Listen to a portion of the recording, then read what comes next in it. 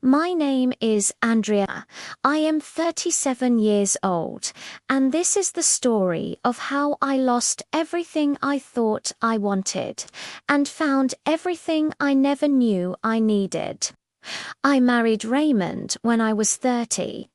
In the beginning, our life together was full of warmth and laughter. But as the years passed, something broke down. Arguments replaced conversations. Silence replaced laughter. We tried, but it was never enough.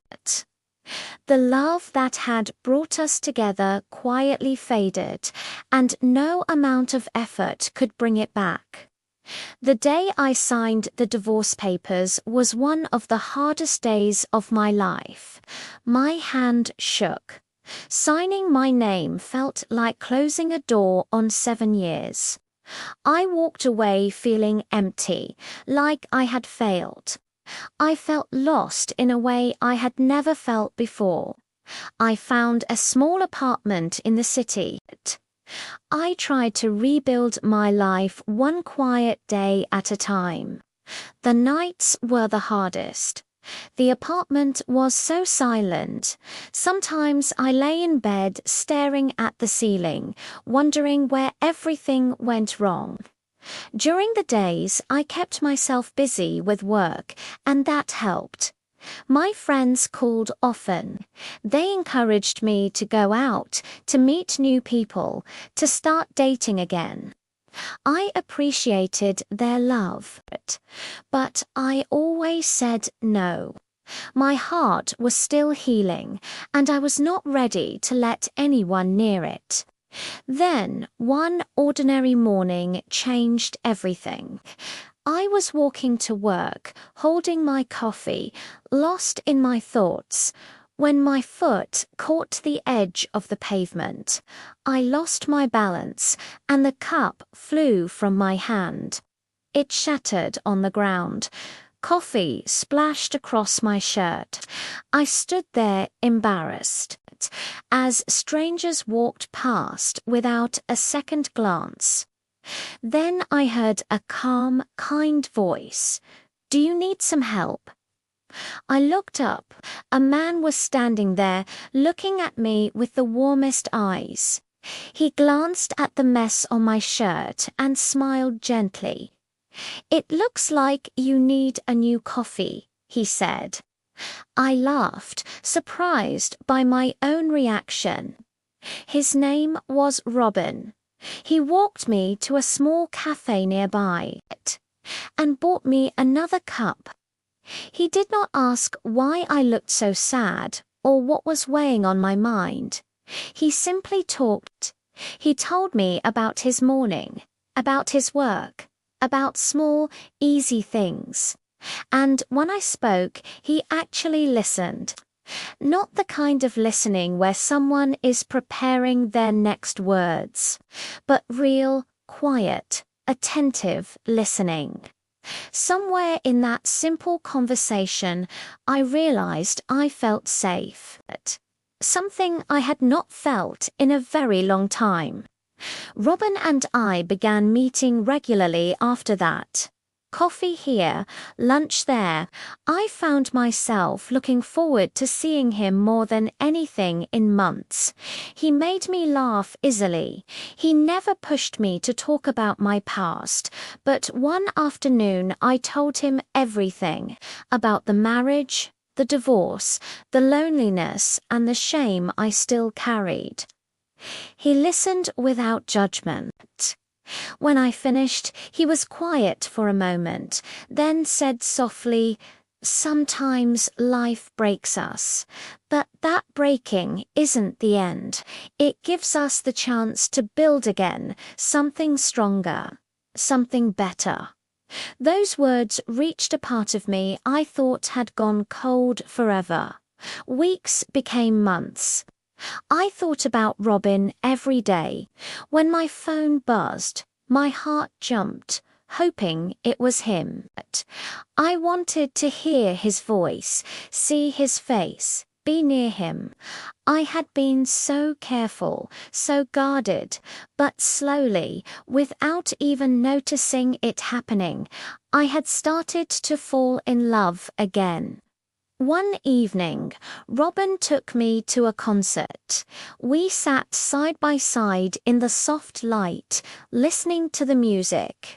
At some point, he reached over and gently took my hand. My heart pounded. I looked at him, and he smiled at me. Not the polite smile of a friend, but something deeper, something real. I did not pull away.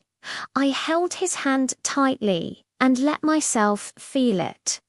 Happiness, pure, simple happiness. Then, one afternoon, my phone rang with a number I did not recognize. I answered. It was Raymond. His voice was quieter than I remembered. He said he missed me.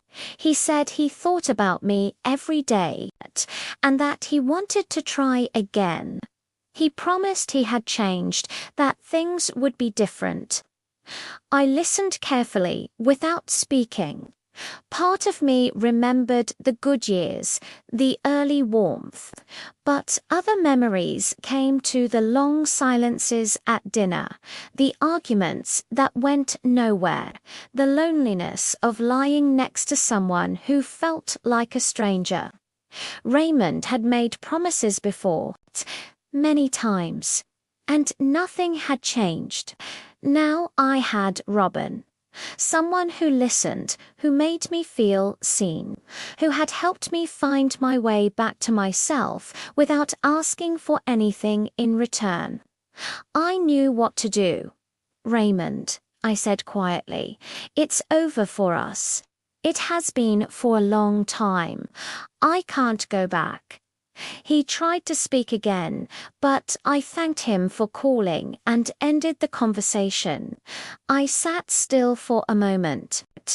No doubt, no second thoughts, just a deep, settled calm.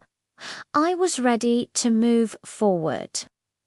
A few weeks later, Robin and I were walking through the park on a warm afternoon when he stopped. He took both of my hands in his, and I could see something different in his eyes, a tenderness, so open and unguarded that it made my breath catch. Andrea, he said, you make me smile every day.